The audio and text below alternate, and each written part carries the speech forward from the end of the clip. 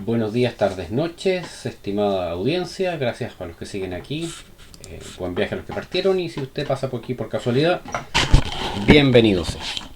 Hoy día he decidido meterme en la pata de los caballos. Hoy día quisiera hablar del feminismo, con muchas comillas. Lo primero que tenemos que hacer es, cuando hablamos del feminismo, es pensar ¿qué es el feminismo? Bueno, la RAE, el diccionario de la Real Academia Española de la Lengua, lo define como la búsqueda de la igualdad entre la mujer y el hombre en ciertos aspectos de la vida en los cuales existen desigualdades. Eso suena súper bien, súper lógico, y creo que no hay nadie en el planeta que esté en desacuerdo con eso. O sea, tal vez los musulmanes, porque al menos los occidentales siempre hemos considerado, no siempre, pero de una parte importante hasta ahora, de que somos personas exactamente igual, aunque sí existen muchísimos indicios de que esto no siempre fue así. Para hablar del feminismo, lo primero que tenemos que hacer es pensar en cómo cómo se genera. El feminismo parte de movimientos a finales del siglo XVIII, XVII incluso, y en lo que se conoce como el feminismo de primera ola. El feminismo de primera ola buscaba que las mujeres tuviesen los mismos derechos de ciudadanía, los mismos derechos laborales, por decirlo de alguna manera, y de reconocimiento que tenían los hombres. Recordemos que no existía, por ejemplo, el derecho a voto, el derecho al trabajo. Habían muchas cosas que eran diferentes para las mujeres, en las cuales estaban mucho más enclaustradas.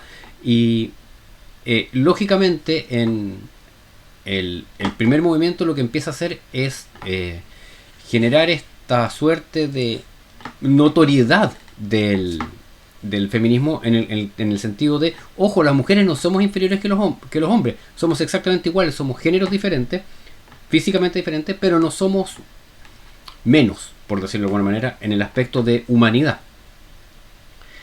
La primera ola del feminismo incluye a los primeros movimientos que existieron alrededor de 1850, por ejemplo. Todo lo que tenía que ver con el derecho al voto de las mujeres comienza a pedirse en Francia, si mal no recuerdo, en Francia o en Inglaterra, no me acuerdo cuál de los dos, pero estoy 99% seguro que fue en Francia, y así sucesivamente en distintas partes. Pensemos que, por ejemplo, en Chile el derecho a voto de las mujeres se consagra en 1920 y algo por el entonces Partido Nacional, que le solicita al presidente que haga el cambio y genere la ley, porque el Partido Socialista estaba en contra, porque si las mujeres votaban iban a votar evidentemente por gente de derecha, porque las mujeres eran medio tontas para el Partido Socialista.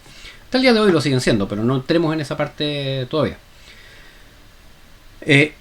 El feminismo de segunda ola, por decirlo de alguna manera, ya es el feminismo que tiene que ver con estas desigualdades reales, que son el movimiento laboral. ¿Ya? Recuerden que efectivamente a las mujeres se les pagaba menos por hacer el mismo trabajo, a pesar de ser exactamente igual el trabajo y todo lo demás durante muchos años.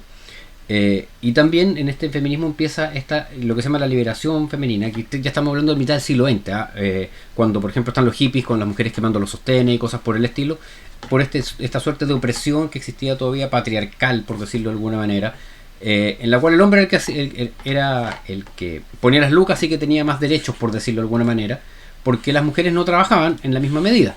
Ahora, no trabajaban en la misma medida principalmente porque se dedicaban a la casa, y esto tiene que ver con una función antropológica, no es una cosa social, no es un constructo social. Las mujeres se han quedado en la casa porque es más fácil, es una cuestión de lógica. ¿Quién es la que da a luz los niños? ¿Quién es la que pasa los 9 meses embarazada? ¿Y quién es la que los amamanta después?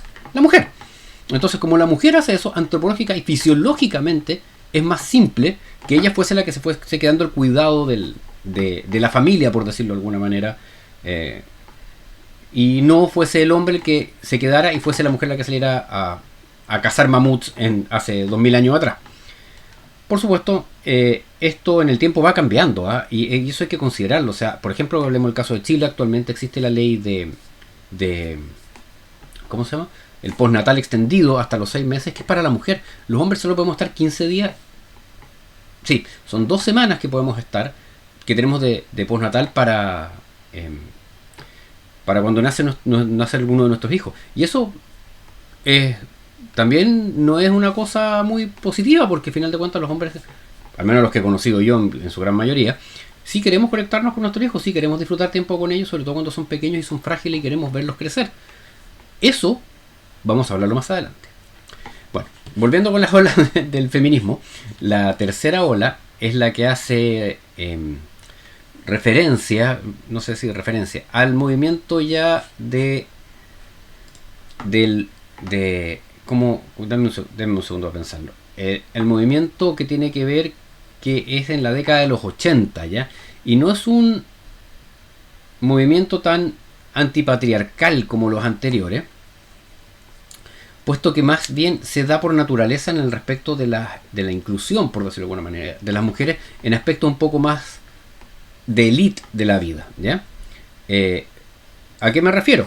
Hay mujeres que empiezan a ser directores de empresas, presidentas. Margaret Thatcher fue la primera mujer en ser electa primer ministro de Inglaterra, y ese tipo de situaciones que empiezan ya a mostrar que, ojo, que exista la mujer y exista el hombre no significa, y que tengamos función entre comillas por género o por antropológicamente diferente, no significa que uno no pueda hacer la función del otro.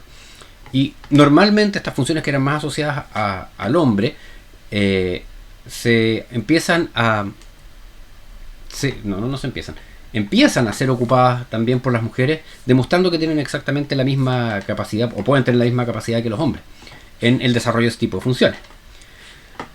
Ahora nos encontramos inmersos en lo que se conoce como la cuarta ola del feminismo, que a final de cuentas ha devenido en ¿qué? En un movimiento político de extrema izquierda, voy a explicar después por qué, y económico.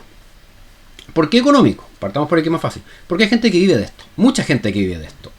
Vive de generar este conflicto y de que por ejemplo, tenemos el caso de las tesis con la canción del violador eres tú, en el cual todos los hombres somos violadores, todos. Sus papás también, por supuesto. Y si llegan a tener un hijo hombre, también va a ser violador. Y todo el resto de esta lucha, entre comillas, el invento imaginario de un enemigo, que siempre ha caracterizado a los movimientos de extrema izquierda. Parten con Marx. Hay un capítulo un episodio en el que hablé de Marx hace un rato atrás, en el cual explicaba que Marx hace esta alusión a la diferencia entre el proletariado y el empresario, o el oligarca. Y el oligarca es malo y explota al trabajador porque le roban la plusvalía. A los 10 minutos se había demostrado que su idea era un error económico bestial, y en el tiempo se ha mostrado que todos sus postulados sociológicos también eran tremendamente erróneos. Una vez más, en el caso puntual, Marx 1850, es distinta la visión, y eso es súper importante, entender el contexto en que ocurren estos distintos movimientos, ¿ya? Movimientos o distintos pensamientos filosóficos. El constructo filosófico, así como el constructo económico, se va desarrollando uno sobre el otro, un piso sobre el otro, por así decirlo. Entonces, obviamente, todo lo que sabemos hoy día no se sabía en la época de Marx, así como en la época de Marx ya se sabía que la división del trabajo generaba mejores rendimientos económicos o productivos, porque lo había demostrado Adam Smith 70 años antes. Pero en la época de Smith, a pesar de que había muy poca gente que lo ponía en práctica, se sabía por las experiencias, pero no era un conocimiento común. Entonces, una vez más, vamos hablando de esto como las olas. La primera ola buscaba mostrar que éramos seres biológicamente diferentes, pero con las mismas capacidades, por decirlo de alguna manera, y no uno inferior al otro. La segunda ola empieza a ver el tema de la votación y los espacios posibles. La tercera ola habla de esta equiparidad entre los puestos de poder. La cuarta ola solamente busca puestos de poder. Es lo que hace. Por eso digo yo que es un movimiento político y económico de extrema izquierda.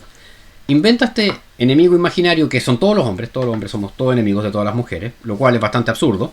O sea, el hecho en sí de solamente decirlo ya demuestra una pobreza intelectual muy grande, porque significa que sus padres son enemigos de ellas, o sus hijos o sus parejas. No pueden tener pareja hombre. ¿Qué pasa con las mujeres que sí quieren tener pareja hombre? Esas son enemigas del feminismo actual. ¿Por qué es un movimiento económico? Porque hay gente que vive de esto. No vive mal, vive bastante bien. O sea, podemos ver, sin ir más lejos, el caso del gabinete de Boric y del mismo Gabriel Boric, donde con un discurso bastante centrado en el feminismo, o más bien diciendo que el otro candidato era machista, logran, porque el machismo es malo pero el feminismo es bueno, logran imponer una idea que todos sabemos que es falsa, porque el candidato que sí estuvo denunciado por acoso fue Gabriel Boric, no fue Antonio Cast. Es más, él mismo lo reconoce y reconoce que le pide disculpas a la persona a la que acosó. Entonces, el gobierno feminista liderado por un hombre acosador de mujeres es una cosa que solamente se da en Chile. Bueno, volviendo sobre el tema. Este movimiento político de extrema izquierda empieza a copiar las formas de pensar y las formas de actuar de la extrema izquierda histórica.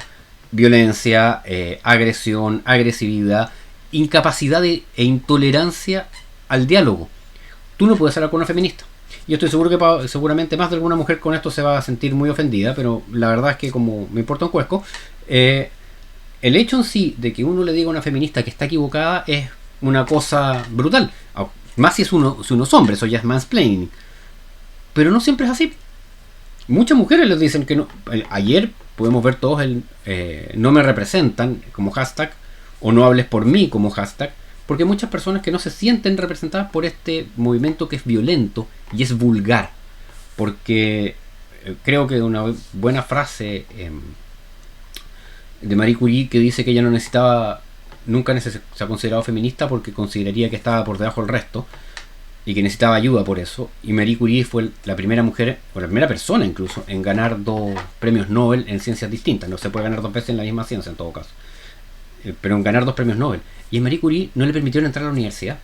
A Marie Curie, una vez que murió, no la enterraron en el Panteón de los Héroes, o algo así como se llama en Francia, se me olvidó el nombre, que es donde están enterrados los grandes aportadores a la historia de la humanidad franceses. Marie Curie pues descubrió el radio, o sea, la científica más importante de los últimos 200 años, sin ningún problema. Ahí había machismo, ¿se dan cuenta? Eso es machismo. No el cuerpo, la tumba de una persona, no ponerla porque ahí es la tumba para los hombres. Es como los cementerios segregados por raza o por religión que existían en el siglo XVIII y XIX. Es de locos. Obviamente hace unos años atrás, no me acuerdo cuántos, pero sí fue hace unos 20, no más, 30, 40 años atrás. Siempre se me olvida que ya estamos en 2020 por si acaso, ¿no? Tengo la idea que estamos con el 2000. Y el cuerpo, el ataúd de Marie Curie fue trasladado al Panteón de los Héroes porque se dieron cuenta que era una estupidez. El movimiento actual, ¿qué es lo que busca? Busca sitios de poder. No he visto nunca, y esto es tal vez incluso, a lo mejor me falta información, pero no he visto nunca en mi vida, y he buscado en internet alguna mención sobre, por ejemplo, aumentar si estamos hablando de que se busca la igualdad, aumentar los cupos de los hombres en los trabajos en salas cunas y jardines infantiles. Aumentar el cupo en la participación de los hombres en puericultura o matrona, o sea, no se puede ser matrón, es matrona. Luego, bueno, ahí viene también esta estupidez de que les ofende la o llegan a ridiculeces, reemplazarlas por la E, por la X, el abogade, que estuvo ayer también en Twitter harto rato, porque es una tontera, ¿ya? Se busca un abogado, se busca una abogada. Se puede poner, busca una abogada mujer. No veo el inconveniente. Es parte del ¿cómo decirlo? Es parte de la naturaleza. O sea, yo puedo elegir si quiero contratar a alguien que sea de género femenino o género masculino. No es un problema. Uno puede también, si ustedes buscan, por ejemplo, en el tema de los adjetivos calificativos, donde si ustedes ven en perfiles de algunas personas, dice he, his o she, her, cosas por el estilo, ¿ya? ¿Por qué? Para saber cómo decirle. Flaco, inventar idioma no te hace más feminista. Intentar forzar el lenguaje no te hace feminista. Te hace extremadamente estúpido, nada más. O flaco o flaca, ya, flaqui, para mantenernos en el lenguaje. Buscar un enemigo imaginario para pelear e intentar echarle la culpa de todos tus males es una costumbre que ha tenido siempre la extrema izquierda en todo el mundo. La extrema izquierda, estamos hablando del Partido Comunista y sus derivados zorrones o millennials, que son iguales. La diferencia entre el partido, no sé, entre Revolución Democrática y el Partido Comunista, única y exclusivamente es que Revolución Democrática no tiene puesto en sus principios la lucha armada, y sería, pero el resto es exactamente igual. De hecho, incluso más, cuando Boric va de candidato contra Jadwe, como sabía que era muy difícil que le ganara a Jadwe, no se lo esperaba nadie, no se esperó nunca él, nadie en el mundo, Él dice, nuestro programa es casi idéntico, salvo por algunos bemoles, al de Jadwe, que era candidato al Partido Comunista. El movimiento en general se va un poco desperfilando por estas tontas, porque no se les puede decir de otra forma, que rompen cosas, que hacen caca fuera de las iglesias, como si la iglesia estuviera en la culpa. Sí, la iglesia ha hecho montones de cosas barbáricas y brutales, pero es contra todo. No es solamente contra las mujeres, ha sido contra los aborígenes de América y de otros países, de los no cristianos en general, dejémoslo más fácil. Si a los judíos también los mataban en la hoguera en la Inquisición, si no es una cuestión de ahora. Y bueno, hombres y mujeres. De hecho, la Inquisición mató más hombres que mujeres. Dato freak. Pero, una vez más, volviendo al punto, tan bueno que soy perme por las ramas. Volviendo al punto, está esto de qué es lo que efectivamente busca este movimiento. Busca cuotas de poder. Busca cuotas de poder a la fuerza. Porque no cree en ellos mismas. Y eso es súper importante. Porque no cree que sean capaces por sí solas de encontrar esas capacidades, ese nicho o ese espacio. Un ejemplo, en una universidad que no voy a nombrar, ayer se vanagloriaba de haber lanzado un fondo o concurso de fondos para investigación solo para investigadoras mujeres.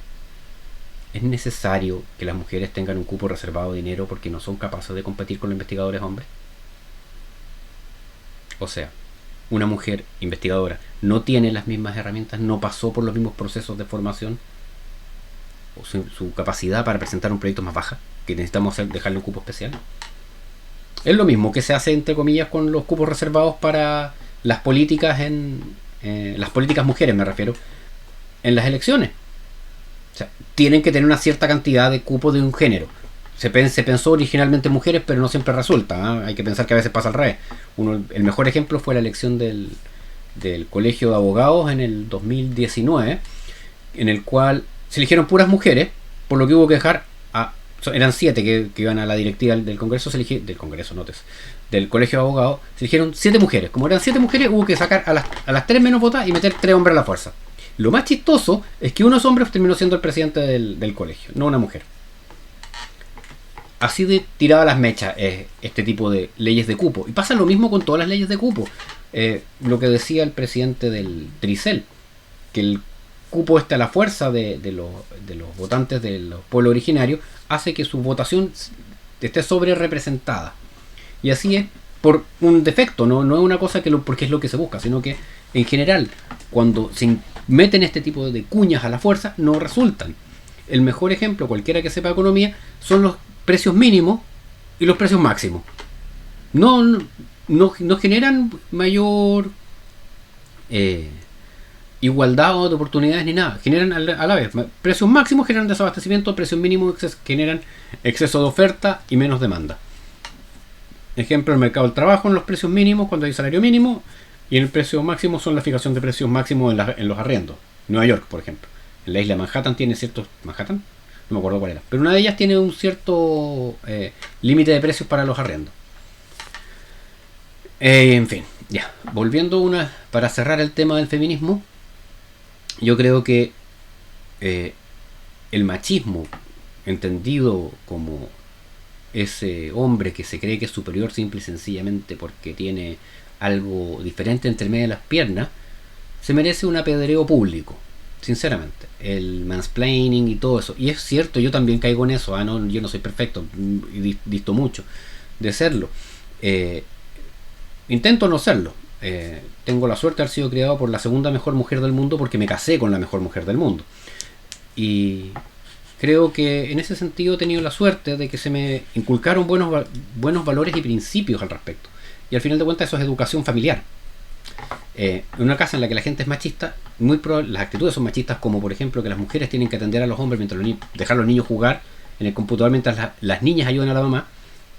Obviamente las niñas van a tener mayores capacidades o mayores desarrollo en el área del quehacer doméstico que los hombres.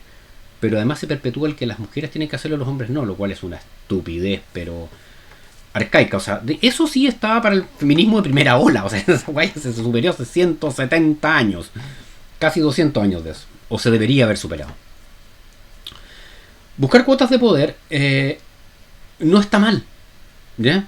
Creo que todos lo hacemos, todos buscamos tener una posición en la cual nos podamos sentir, entre comillas, con cierta seguridad o con cierto nivel de injerencia. Un buen ejemplo es este mismo canal. Yo no hice esto solamente porque me gustara hablarle a la cámara, sino porque quiero que algunas personas puedan ver lo que yo pienso y a lo mejor enganchamos y podemos tener mejores conversaciones o influir en el resto. El problema es cómo lo haces. Hay espacios democráticos como son, por ejemplo, el caso de los canales de YouTube en el cual uno se suscribe al canal que le interesa ver y sigue al que le interesa ver y al que no. Y está bien. Lo mismo pasa en el mercado común y corriente. Cuando uno compra un producto y no otro, le está diciendo al vendedor de ese producto: me gusta tu producto y no el de la competencia. Por el motivo que sea, no voy a hacer una clase de marketing ahora, no tengo ganas. Más adelante tal vez hablo del marketing. Cuando tú evitas eso y dices tienes que comprar esto, tú estás forzando la decisión. Y esa fuerza, ese forzamiento, me parece que hay que inventar esa palabra, esa obligación de tener una acción, no permite la esencia básica de lo que tiene cualquier negociación o cualquier acción humana: el de poder elegir. Es lo que pasa en Corea del Norte, por ejemplo. En Corea del Norte tú puedes votar por Kim Jong-un o puedes votar por Kim Jong-un. Curiosamente, Kim Jong-un gana siempre con el 100% de los votos, porque no hay nadie más por quien se pueda votar. Me basta con que vote él y listo, ganó. Lo mismo pasaba en Cuba con Fidel y en Venezuela con Maduro. En Venezuela, además, hay fraudes electorales chistosos y todo lo demás, pero al final de cuentas es el punto. Estoy extremando, obviamente, con el ejemplo. Utilizar la fuerza o la coerción para algo, yo creo que está mal. O sea, y de hecho una gran demostración de que no es necesario fue Bachelet. Bachelet ganó 2 veces las elecciones por paliza. O sea, corrió sola prácticamente las 2 veces. Y es mujer. Y no hubo que forzar para que la gente votara por ella.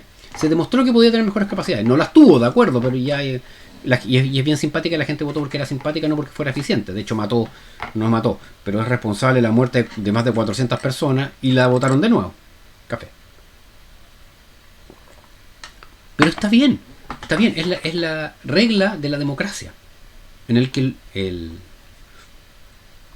más votado gana, ¿ya? Y en eso pasan los presidentes, porque en la Cámara de Diputados, con esta elección, el sistema que se buscó de Hond o algo así, para eliminar el binominal, hicieron un multinominal, que es lo mismo. O sea, antes ganaba el binominal, significaba que que pasaban 2, ahora pasan 4, 5, 17, dependiendo la circunscripción, pero no necesariamente ganan los con más votos, ¿ya? Eso, en mi opinión, está mal. Debiesen entrar los más votados. Si los 2 más votados son de izquierda o son de derecha, bueno, así es la vida, ¿ya?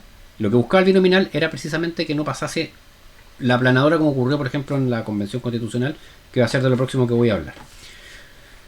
Entonces, buscar cuotas de poder está bien, pero búscalas por tus méritos, no por la fuerza. Si no tienes esos méritos y tienes que hacerlo por la fuerza, es que tú no eres capaz de hacerlo. Y como dice respecto a los principios y valores, hay una frase que dice: si tu estilo, si tus principios tienen que ser impuestos por la fuerza, es que no son tan buenos. Y eso se basa, por supuesto, en los principios socialistas, que es exactamente lo mismo que lo que pasa actualmente con las feministas estas extremas, y lo que pasa igual con un montón de otras cosas, ¿ya? Pero hoy día, por ser 9 de marzo y que ayer fue el Día de las Mujeres, y a mí me encanta meterme en las patas de los caballos, quería dejarles esta reflexión, en la cual creo que es súper importante que todos lo veamos desde ese punto de vista. Los hombres no somos mejores que las mujeres, pero las mujeres tampoco son mejores que los hombres, ¿ya? Y las mujeres no necesitan cuotas específicas. El mejor ejemplo es que la mayor parte de los estudiantes universitarios en el mundo, y también en Chile, son mujeres. Tienen mejores notas, tienen menores tasas de abandono y tienen mayor soporte. Además, tienen un montón de beneficios extra por el hecho de ser mujeres. Entonces, ahí es cuando empezamos a decir: oye, se nos está pasando la mano. Hace muchos años atrás existía una cosa que se llamaba la discriminación positiva en Estados Unidos, en la cual dejaban fuera o metían a la fuerza a estudiantes afroamericanos, como se les dice ahora, estudiantes descendientes de esclavos negros, en las universidades, porque se sentían culpables con lo que habían hecho antes de discriminarlo. O sea, dejaban fuera a los estudiantes más calificados por poner a estudiantes que no estaban tan bien calificados, pero que eran de etnia afroamericana o etnia negra, para hacerlo bien claro. Estaba bien. O sea, no tenían derecho los mejores, tenían derecho los mejores de un cierto grupo de los mejores y de ahí el mejor de otro grupo.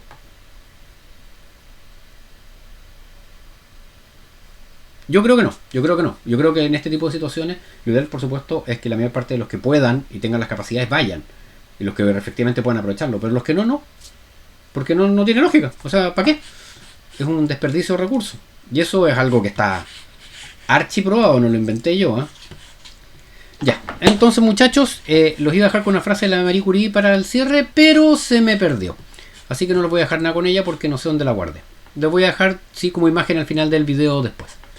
Se me cuidan, que estén todos muy bien y espero que estén todos sanos y tengan un lindo martes y una súper buena semana y un mejor año.